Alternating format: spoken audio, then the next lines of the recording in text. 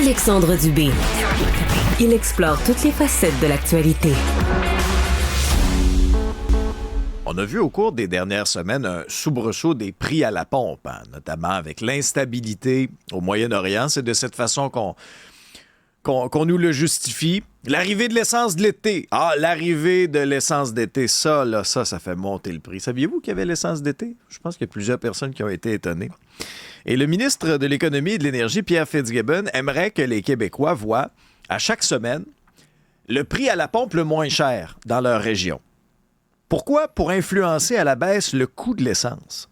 Je vous donne un exemple. À Montréal, selon les derniers chiffres, le prix le plus haut depuis les 12 dernières heures est à 1,84, presque 1,85. Oui, c'est ça, presque 1,85, 1,84,9. Le prix, ça c'est le prix le plus haut.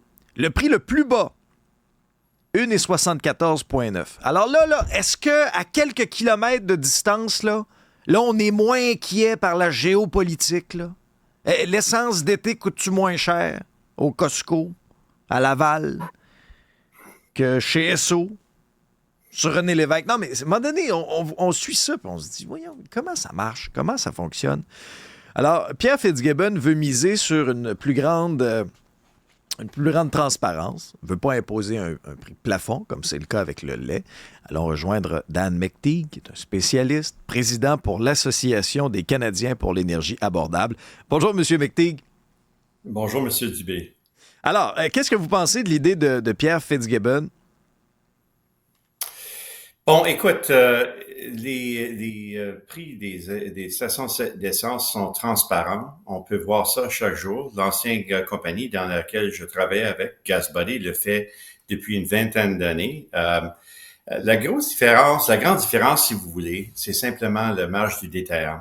Deuxièmement, avec les Costco, ils ont un meilleur prix, disons, en rapport avec les raffineries, parce qu'ils sont capables de bouger bien plus d'essence que les autres, même les compagnies qui sont contrôlées par les raffineries.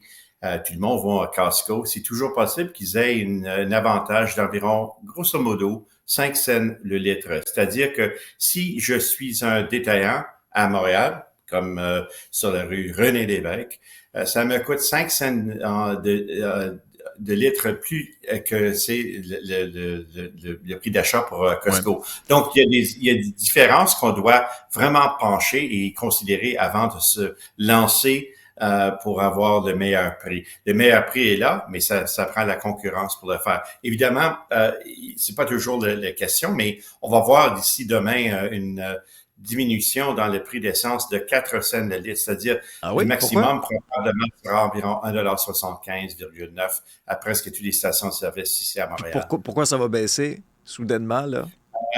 Ça reflète ce qui arrive le jour préalable, c'est-à-dire les prix pour vendredi ont été formés sur le marché à New York hier.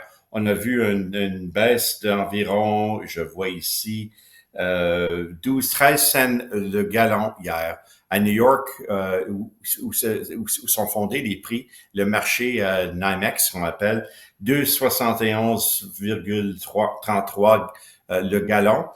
Aujourd'hui, pour demain, 2,59,89. Donc, c'est pour ça. Je comprends effectivement que ça se joue à New York, mais il y a des disparités régionales. Moi, je fais énormément de routes. Et heureusement, moi, personnellement, j'ai fait le choix, il y a un peu plus d'un an, de dire bye-bye aux stations d'essence et de rouler à l'électrique. Mais je m'amuse quand même, je regarde le prix. Saint-Liboire, sur la Rive-Sud, Montérégie, sur le bord de la Vin, en s'en allant vers Québec. Il y a un écart assez important avec, par exemple, Montréal ou même d'autres concurrents en périphérie. Comment on peut expliquer qu'à certains endroits, on le sait, là, au Québec, on a tous nos petits trucs, on a tous nos endroits pour dire « ça sera pas trop cher à cet endroit-là ». Est-ce que là, c'est un microcosme, puis là, on n'est pas inquiet à ce qui se passe dans la bande de Gaza, puis on n'est pas, tu sais, on n'a pas... Comment on peut expliquer la disparité entre les régions? La région de Québec, M. McTeague, c'est très cher dans la région de Québec. Moi, je vois une grosse différence aussi, même entre Québec puis la périphérie. Oui, effectivement, cela, c'est la différence de 9 à 10 cents de litre et c'est le marge du détaillant. Est-ce les détaillants hors la ville de Montréal, de Québec sont protégés ou donnés un avantage? Je ne sais pas. Vraiment quelque chose qu'on doit peut-être se pencher davantage. Mais pour dire qu'il y a beaucoup de prix ici au Québec, même le gouvernement a des prix des régions frontières qui ils sont près de Toronto, c'est-à-dire de Ontario, qui sont à côté des États-Unis. Là, le gouvernement du Québec a choisi déjà une décennie d'alourdir le fardeau pour les consommateurs pour assurer la concurrence. Il y a beaucoup qui va dans le prix d'essence. Et c'est là où je pense que les consommateurs auront un avantage de savoir quels sont les prix de jour en jour. Je peux vous dire, les prix à la pompe, les prix à la rampe sont là. Petro-Canada, Shell le donnent visiblement chaque jour. Et c'est là, ça serait plus facile pour les consommateurs de savoir s'ils sont joués ou c'est vraiment un prix qui est nécessaire ou un prix juste pour les consommateurs. C'est ça. Il y a le chef du Parti québécois, Paul Saint-Pierre Plamondon, qui, au Salon Bleu, a dit la vérité, puis là, je le cite, c'est que les pétrolières forment un cartel qui fixe les prix. Qu'est-ce que vous lui répondez? Les prix ne sont pas fixes, ils peuvent pas être fixes parce qu'ils sont transparents. Est-ce si par hasard les détaillants sont en train de font la concurrence en reflétant les prix de leurs concurrents il y a quelques distances, ça c'est pas une cartel, c'est pas une question de jouer avec les prix. Les cartels ont déjà été ils ont déjà été découverts dans le passé. D'habitude, ce sont des concessionnaires, ce sont des détaillants qui ont été, si vous voulez, attrapés. Mais je ne vois pas. C'est plutôt une question d'une manque de concurrence au niveau du raffinage, mais c'est parce qu'on a perdu deux raffineries ici dans la région. On a simplement le Jean Gaulin à Québec et ensuite Petro-Canada, Suncor ici à Montréal. On n'a plus le Shell ou les autres raffineries qui sont disparues dans les dernières années.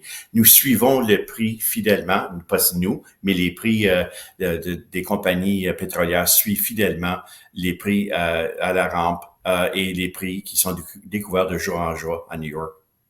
Vous avez parlé d'une baisse à venir du prix à la pompe. Est-ce qu'on peut s'attendre, lorsque vous regardez dans votre boule de cristal, est-ce qu'on peut s'attendre que cette tendance-là se poursuive au cours des prochains mois, jusqu'à l'été même? Non, les prix ont presque rien à faire avec l'offre et la demande. On ne voit plus l'économie 1,01. C'est plutôt une question que les marchés sont visiblement peinés par qu'est-ce qui arrive avec la banque aux États-Unis, le Fed, Jérôme Powell. Elle a fait une déclaration hier disant que nous allons continuer la lutte contre l'inflation, bien que dans les autres régions à travers le monde, ça commence à avoir succès, mais pas aux États-Unis. Il a l'intention de garder les taux d'intérêt et les marchés ont pris ça comme exemple pour dire que d'ici peut-être 2 ou 3, 4 mois, ça va être encore plus pénible pour les consommateurs. Donc, ils ont reflété ça en faisant descendre des prix par, comme j'ai indiqué tout à l'heure, Ouais. 12 ou 13 cents le gallon. OK. Donc, l'essence à 2 piastres qu'on a déjà connue, là. Moi, ça a été mon point de rupture. Moi, là, quand j'ai fait le plein, là, j'avais un véhicule qui roulait au suprême. Quand j'ai fait le plein à peu près à 2,50, j'ai dit là, ça suffit, c'est assez. Là. Mais l'essence à 2 là, on a eu peur là, il y a quelques jours. Est-ce qu'on va voir ça? Oui, je pense qu'on doit attendre la troisième semaine du mois de mai. C'est là où, aux États-Unis, on commence les fêtes pour l'été. Le 27 mai, les États-Unis vont avoir leur week-end mémorial et c'est là où commence vraiment une plus forte demande. La demande aux États-Unis continue à être très, très surprenant. C'est très vigoureux et donc je crois que nous allons reprendre le pas envers 2 $ le litre, mais ça sera le maximum. Ce que nous allons payer demain, 1,75 à 1,95 me semble la moyenne qu'on va payer durant l'été. Rendu la troisième semaine de septembre, on retourne à l'essence hivernale et ça va probablement faire diminuer les prix par au moins 12 cents le litre. Dan McTeague, président pour l'Association des Canadiens pour l'énergie abordable. Merci beaucoup. Je vous en prie. Merci, M. Dubé.